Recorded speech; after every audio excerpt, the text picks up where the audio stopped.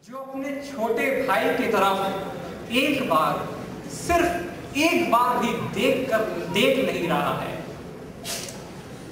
कभी कभी लगता है शायद 7 समुंदर पार मेरे दिए गए संस्कार कुछ डगमगा से गए हैं।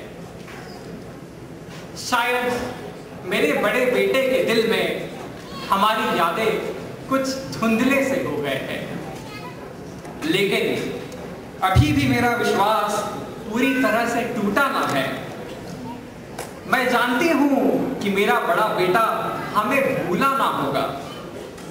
मुझे यह आशा है कि वह मेरी उम्मीद पर जरूर खरा उतरेगा।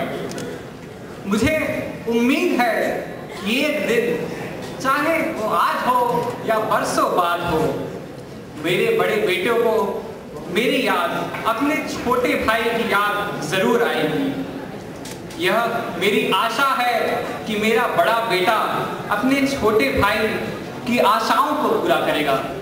मेरा बड़ा बेटा अपने छोटे भाई की आशाओं को जरूर पूरा करेगा, जरूर पूरा करेगा। धन्यवाद।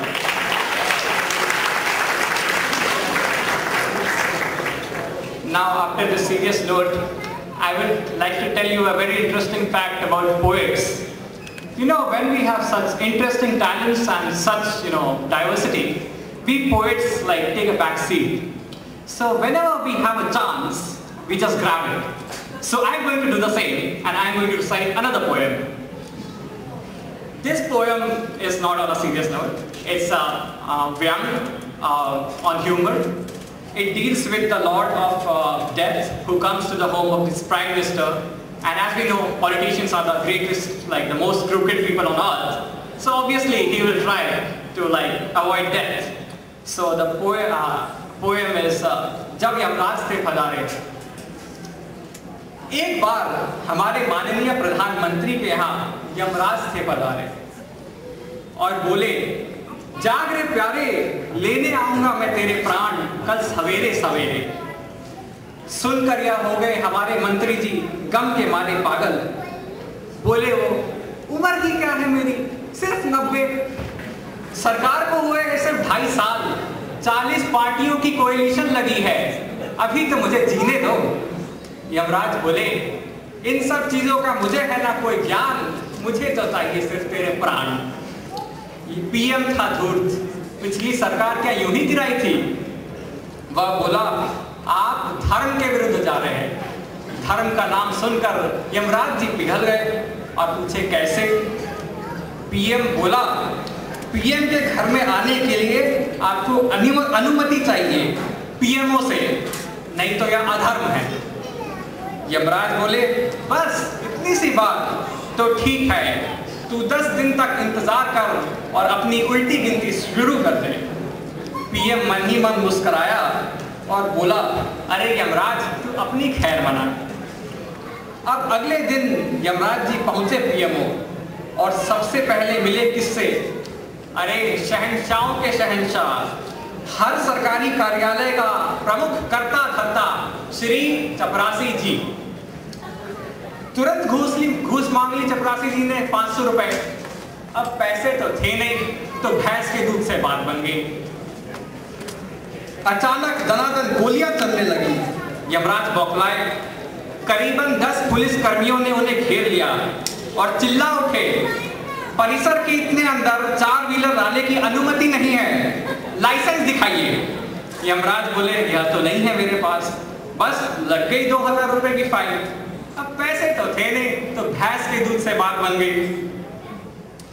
अब मिले हुए असली कर्मचारी से अगले दिन। कर्मचारी का पहला सवाल था, पहचान पत्र दिखाइए। यमराज ने गदा थमा दी। कर्मचारी थर्रा कर बोला, राशन कार्ड है? यमराज बोले, नहीं। अब यमराज को राशन कार्ड था बनवाना। राशन कार्ड का पहला प्रश्न था नाम, लिख दिया यमराज। दूसरा प्रश्न था उम्र, यमराज बौखलाए। तीसरा प्रश्न था दादा का नाम, यमराज पगला गए। विष्णु जी से पूछा तो उन्होंने भी मौन धारण कर लिया। अब था प्रश्न पैन नंबर, अब यमराज जी को वो भी बनवाना पड़ा। ऐसे ही अनशन प्रश्नों का उत्तर लिखकर और सरकारी अफसरों को भैंस का दूध पिला पिलाकर 2 साल बीत गए। अब यमराज पहुंचे पीएमओ, बोले यह लो राशन कार्ड और अब जाने दो मुझे अंदर। लेकिन कर्मचारी बोला पहले रूम नंबर 420 में जाइए। यमराज गए तो देखा कि एक महिला थी बैठी और पहली मांग थी उस श्री महिला की, पासपोर्ट दिखाइए, फिर बर्थ सर्टिफिकेट दिखाइए। यमराज क्या करते, धर्म का सवाल था, अपनी फोटो खिंचवाई, पासपोर्ट बनवाई, अन्य चीजें भी बनवाई। 3 साल और यूं ही बीत गए। अब पहुंचे वे पीएम के घर में और चिल्लाए बाहर आ पीएम। पीएम निकला बाहर। अब यमराज के चारों तरफ घंटियां बजने लगी। यह पीएम तो कोई और ही था। सरकारी अफसरों के झंझट में 5 साल बीत गए। सरकार गिर गई, नई सरकार नियुक्त हो गई, 1000 स्कैंडल भी हो गए और पीएम अब और कोई और ही था। यमराज रोने लगे, हे भगवान, ये कैसी दुर्दशा है। मेरी भैंस अफसरों को दूध दे देकर सूंघ कर कांटा हो गई है। और फिर फूट फूट कर रोने लगे। तभी हमारे नए पीएम बोले, यह तो आपके साथ बड़ा अन्याय हुआ है, आप जाइए उस अधर्मी पीएम, पूर्व पीएम के अगेंस्ट केस कीजिए।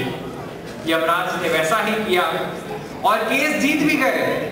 और फिर उस पूर्व पीएम ने अपनी अंतिम सांसें ली 150 की उम्र में। भगवान उनकी आत्मा को और यमराज को दोनों को शांति दे। धन्यवाद।